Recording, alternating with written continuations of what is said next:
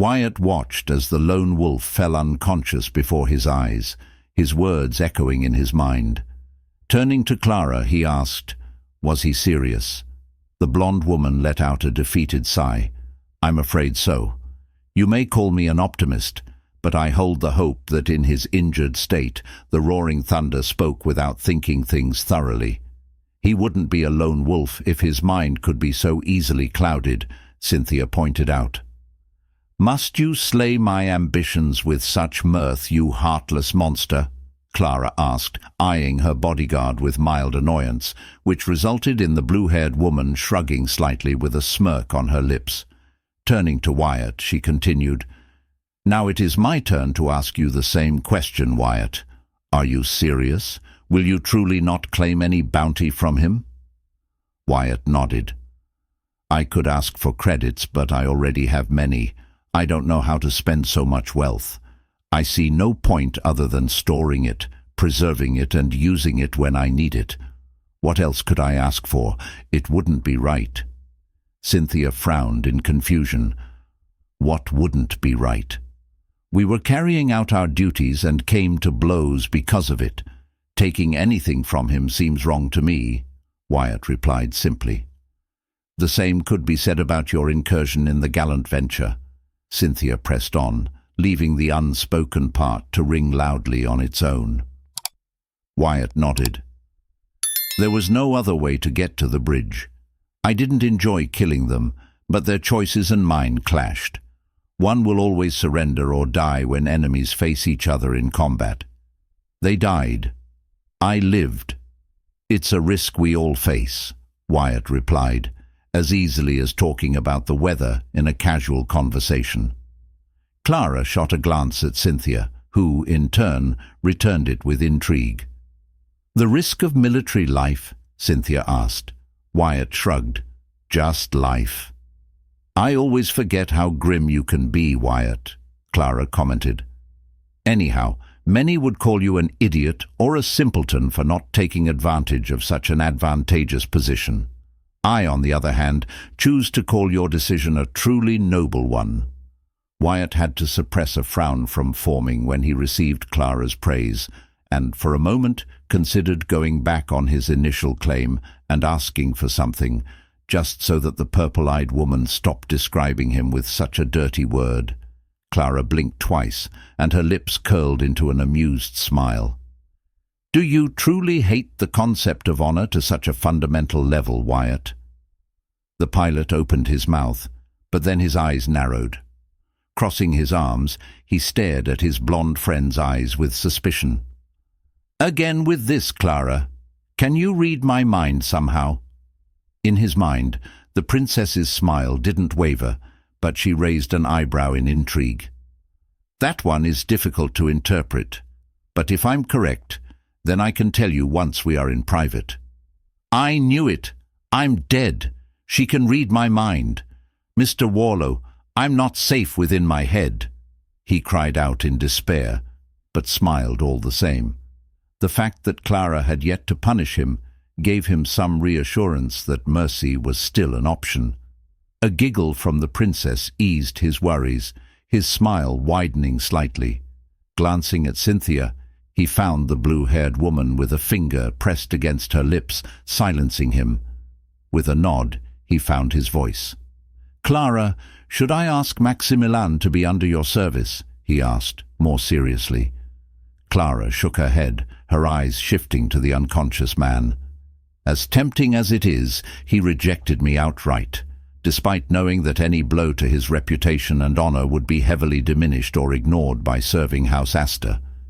With him stepping down and retiring as a lone wolf, perhaps we could enlist his services as a third-party instructor or private teacher," Cynthia proposed. "Again, tempting, but I'm afraid that Maximilian understands his position and the implications behind it in this conflict. To do something so monumentally foolish," Clara replied, crossing her arms before continuing. "One does not become a lone wolf without meeting a particular set of requirements, both in social and skill terms. If he were to come under my service or the service of any prince-aligned forces, After rupturing his contract with House Censure and stepping down as a lone wolf, then great shame and numerous repercussions would fall not only upon himself but upon his entire house and potentially their allies. He'd be seen as an untrustworthy cheat, a liar, a man without honor. Beneath his bluster, ego, and self-aggrandizement, there lies a cunning, intelligent, and honorable man. Then are you going to let him go, retire, and remain neutral for as long as this dispute rages on? Cynthia asked, concerned. As much as it pains me to say this, yes. I have nothing I can offer him, and my esteemed Knight Banneret has made his decision, and I, as princess, shall respect their choices with dignity, she said, then smiled, turning away from the Medicapod. Not to mention that his autographs will be incredibly rarer and more valuable. And I got his final autograph as a lone wolf. I am leaving empty-handed. Immediately after, Cynthia shook her head in disapproval, but said nothing for several moments, allowing her blonde friend to rejoice in her victory. What will you do about his fighter? He all but gifted it to you, she asked. I'll have Jincho examine it, see what he can learn. From it, his love for fighters and all they are and represent may match my own. Then, if possible, I'll have it restored, and I'll keep it a prized possession, a grand trophy and memento at the same time, Clara declared with childlike glee. Why did I bother asking in the first place? Cynthia asked rhetorically, shaking her head again. Oh, shoo-shoo, Clara declared, pointing a finger playfully at her best friend and bodyguard before turning it upon Wyatt. As for you, Wyatt, are you ready for your psyche evaluation? I am, replied the pilot, despite not looking forward to it. He had no problems putting his trust in medics, nurses, and physicians, but therapists and psychologists only served to remind him of pointless, useless talks and examinations during his childhood. That reminds me, Wyatt, you didn't forget to eat before heading to my princess's call, did you? Cynthia asked, eyes narrowed.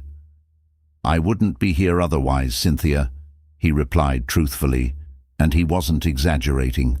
After perhaps the best sleep since he cared to remember, he woke up to a rumbling belly that demanded food immediately. Before he could leave his quarters, he all but devoured 3 leoas just to stop the hollow pain in his stomach. He barely remembered putting on his trimmed and pressed uniform before rushing to the mess hall. He ate 3 standard meals and drank several glasses of water before his stomach declared a ceasefire. Following Miles's advice, he also ate half a ration bar, which, despite its unappealing taste, was tolerable at that moment. With his stomach full but craving sweets and baked goods, he joined his friends shortly after. In that case, I'm looking forward to seeing the results, Cynthia declared. Ah, that reminds me, Wyatt. Captain Ciro Ortega wishes to talk with you in person. Please visit him once you are done here. He's confined to his provisional orders. In the meantime, I must first inform my brother of our current situation and initiate contact with the planet's inhabitants, said the violet-eyed woman. Wyatt nodded in understanding. Will the composters be needed? I think all of you deserve a small break. I'll make sure Redford sends our most obtuse pilots for this task. Even they will understand the implications, Clara revealed in a slightly colder tone. Now, off with you. We have much yet to do. As my princess commands, Wyatt saluted and watched his friends turn and leave for several moments before, out of the corner of his vision, he saw a medic approaching him from the right. Turning to face him, the medic tapped on a datapad with disinterest. Lieutenant Staples, please follow me. I'll be performing your psyche evaluation, the medic exclaimed. Wyatt suppressed a groan but obeyed. Clara's quarters. Entering her private chambers, Clara spared a moment to glance at the protected shelf containing the fighter model Wyatt had gifted her, other pieces of her collection, and Maximilian's autograph. Feeling satisfied with her prizes, with a single thought, the ground opened before the shelf, revealing a larger-scale QE sitting on the chair in front of it. Clara closed her eyes for a moment and connected with it. Her enhanced reality field came to life, and a sphere of blue particles appeared in front of her. She felt the machine begin its sequence, waiting for what felt like an eternity, until her brother, the prince, took form as the sphere molded itself to his visit. "Brother dearest," Clara greeted with a smile. The prince let out a deep sigh of relief upon seeing his sister. "Oh, Clara, I am beyond happy to see you alive and unharmed. What of Cynthia and Redford?" "Fret not, brother dearest. Cynthia and Redford are with me, alive and largely unharmed. I apologize if I made you wait, but I needed time to compile a report, and the most vital information that came after our victory at—" The prince nodded. "Understandable. You're not fond of half measures, Clara. I'm still your brother and I wait. What did you say?" the prince asked as he leaned forward slightly. "Did I hear correctly? Victory. You actually achieved victory over the Drazen and rebel forces." "The Drazen were more than generous to destroy their rebel and pirate allies in space after a perceived betrayal," Clara informed. The prince frowned. "Alliances? Those types of alliances aren't unheard of, but to such an extent, how did their alliance crumble?" "Gentrax," Clara replied solidly. "The Drazen raiders we encountered in Gentrax were meant to be a first strike that would carve a bloody path across several systems, all to satisfy the thirst for conquest of a singular madman and would-be tyrant." "How did you come across this information? Is it to be trusted without a doubt or fear of tampering?" the prince asked, visibly shaken. "Cynthia was the one to extract the information. I'll send all of it, including battle records, casualty and fatality reports, and much more, brother dearest." Clara paused, allowing her brother to absorb the information. "In Gentrax, we were betrayed from within, transmitting our movements to the enemy, and yet it was entirely by chance that we were able to stop the Drazen and cause ripple effects that only now are making themselves present," the prince said, crossing his arms and tapping his right index finger repeatedly. "What of our knight banneret? Does he yet live?" Clara smiled. "My brother dearest, is that genuine care I detect in your voice? I consider him a loyal subject, and I'm in his debt for everything he's done." "You're not the only one who cherishes sincere friendships, dearest sister of mine," the prince countered. "In that case, brother dearest, I suggest you pay attention to the information I'm about to send you," Clara said mischievously. The prince narrowed his eyes. "I truly detest when you say things that way. Not once has it failed to impress or infuriate me in the past." Clara ignored her brother's comment, instead sending him all the information she had on hand. She watched as her brother processed the steady data stream upload quickly, reducing the time needed to read and process the information from hours to mere seconds. When it was over, her brother's eyes snapped open. "What?" the prince uttered in complete bafflement. His eyes darted from one direction to another for several long, silent moments, until they landed on his sister. "Clara, I lay claim to, unfortunately for you, dearest though Wyatt may be a knight banneret of House Astor, he belongs to me as a friend. He's become precious to me as a confidant, immeasurable, and as my personal pilot and part of my inner circle and retinue. I will never let him go willingly," Clara declared, her voice serious and carrying the weight of her authority, but in a familiar manner. "You are a rapacious, greedy, covetous creature, Clara," the prince declared a second later. Then the two siblings shared a deep laugh that ended all too quickly. Setting aside his outburst and less than honorable display of ruthlessness, his achievements far outweigh them in terms of magnitude, managing to not only survive, but effectively turn the tides of fortune against a superior fighter contingent with minimal losses. his tactical contributions in battle, the defeat of Maximilian User, a lone wolf, and his assault on the gallant Venture. The blond man hummed deeply, his left hand moving on its own to move a piece on an invisible chessboard.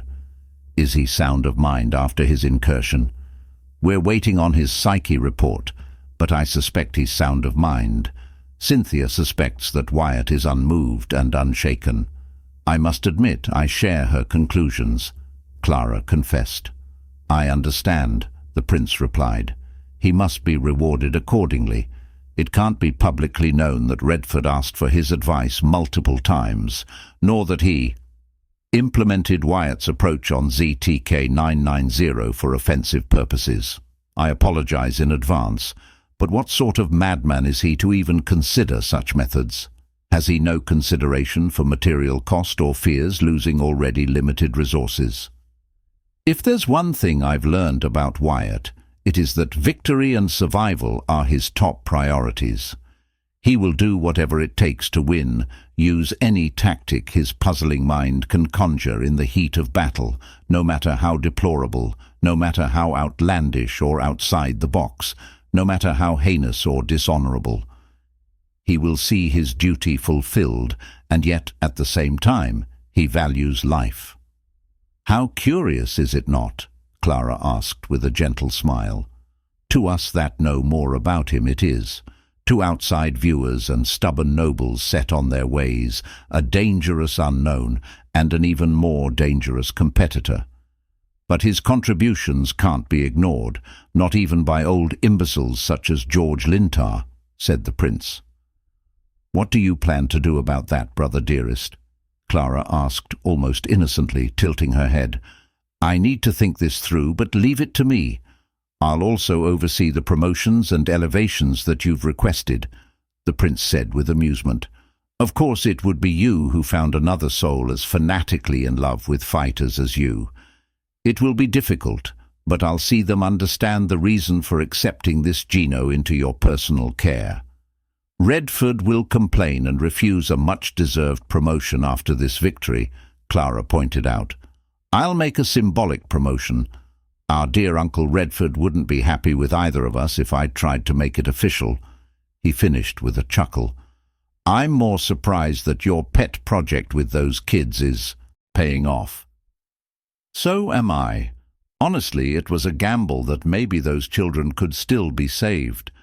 I'm more than pleased with the results so far, and I'm eager to witness the future implications and projects that could arise from it if all goes well, Clara admitted. That aside, what do you plan to do with the disabled Drazen ships, the Eternal Garden, and the remaining trader ships and their crews? The prince asked more seriously now. The cattle ship and the Drazen ships will remain as potential bargaining chips for me to use once I contact the planet. In fact, I plan to do so after our meeting is concluded. The crews will be treated as the laws dictate. Most commoners have pledged themselves to our cause except for a few. I'll send most of them to you to judge or incarcerate as you see fit, brother dearest. But Felicity Centaur and Casimir Khan will be returning to Duke Draymore, Clara explained. I have plans for the captured black ships, but I'll send the gallant Venture to you as a most heartfelt gift for further investigation. Then I'll thank you now for such a wonderful gift. Amelia's engineers are doing what they can with the ship available to us, but a larger specimen will be of tremendous aid to their efforts. However, elucidate me, dear sister. Felicity I can understand, but why send Casimir back too? Wouldn't he be more useful to you as bait to lure Tamarind or Andrew Kaysen out? Because, brother dearest, I want Andrew C. to see with his own eyes what has become of his favored son. I want him to know that Casimir is useless to me. So useless that I won't even consider the idea of holding him prisoner, Clara declared with malicious intent. Then I presume you've selected your target carefully, the prince said. You don't want him chasing you around. You want him in a predictable position. Let him focus his vendetta from a place you may be able to strike precisely. Clara agreed. Is there something else you wish to discuss, brother dearest? Yes. 1. Estelle Phoenix. I can see the potential benefits of gaining his favor and perhaps that of House Phoenix alongside his, but taking in live Drazen. I must protest against this measure, Clara. I don't want a single one of those repugnant carrion feeders to be near you, said the prince in all seriousness. Precautions have been in place, brother dearest. Not a single one of them shall fall within my sight, Clara reassured him. Any news regarding Alexander or Giovanni? I'm afraid not. No one seems to know where they are. It is possible that they were captured or have requested seclusion for their own safety with a neutral house, the prince proposed. I sincerely hope that you're right, brother. I'd rather see them captured but alive than take any grim alternative, Clara confessed. It is good to see you again, even like this, Clara. I'll leave this matter in your capable hands, the prince said, his body rapidly reforming into a sphere. Clara cut the connection. Her enhanced reality field deactivated itself, and she returned to the real world. That went well, Cynthia declared as she offered a hand to her friend. Clara took it and helped her stand up. More so than I thought. Then again, Hunes always preferred a more hands-on approach to problem-solving, Clara replied. Suddenly, an alert from Milk reached her, carrying a single message. It is out. This will be interesting to see. Wyatt Staples quickly found Ciro's confinement quarters and wasn't surprised to find 2 Marines, plus 2 auxilia for each Marine, guarding the door. As he approached, all 6 men and women gave him a quick but respectful salute. More interestingly, however, was how the Marines shifted uncomfortably and tried to avoid eye contact, despite their faces being concealed by their helmets. I'm here to speak with the prisoner, Ciro Ortega, Wyatt declared. Of course, sir. We've got orders to let you in as soon as your arrival was confirmed, replied one of the Marines, stepping aside as the door slid open. The prisoner is unarmed and has limited mobility. Do you require an escort, Lieutenant Staples? No need, but thank you, he said, even as his upbringing and education screamed at him to show more respect to a noble. But that urge was becoming weaker and weaker with each passing day. It was still strange to talk to nobles on equal standing or without showing submission all the time, but he was adapting to it perhaps a little too well, Wyatt asked himself as he stepped through the door frame, only for it to slide closed behind him. The quarters were small but comfortable, a desk, a bed, and what appeared to be a small private bathroom. Captain Ciro was sitting in front of the desk reading from a data pad. Captain Ciro, Wyatt made himself known, as the captain was apparently too engrossed in whatever he was reading to notice his arrival. The captain tapped his data pad and gently put it on the desk. Ah, Sir Wyatt, I see you're recovering. The older man stood up, revealing his cuffed wrists, linked together by a long but thin chain. Thank you for taking the time to grace me with your presence, he said.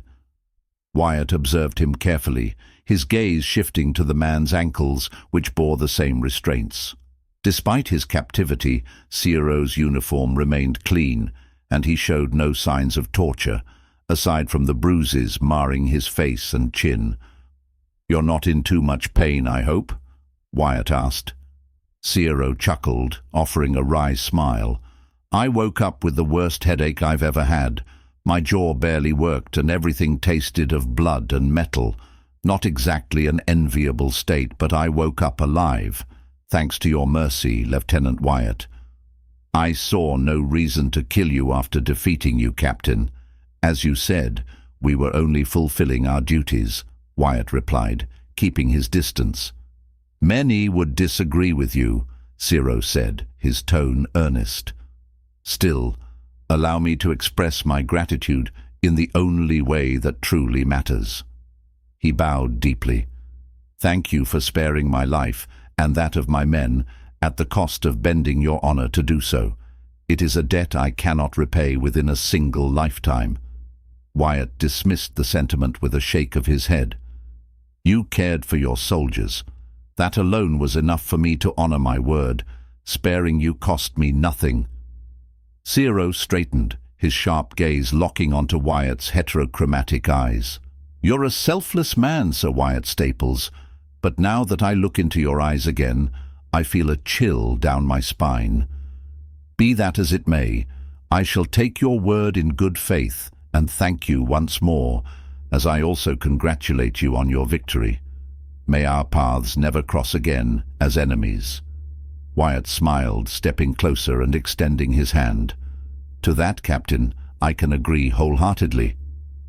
Zero looked at Wyatt's hand, then at his eyes, before finally clasping the offered handshake with a firm grip, a surprised but genuine grin forming on his face. "May your next house prosper, Sir Wyatt." "No need for titles between us anymore," Wyatt replied. "You've earned that much, Zero Ortega." They held the handshake for a few moments before Wyatt pulled away, glancing aside. "Excuse me, my princess summons me," he said. "Give Her Majesty my regards, Wyatt Staples," Zero responded sincerely, watching as the pilot departed. Moments later, Zero sat back down, satisfied. Picking up his datapad, he tapped the screen, resuming the video just in time to see himself take the uppercut that still made his chin ache. "May fortune shine upon you, commoner turned noble, Sir Wyatt Staples, a valiant knight."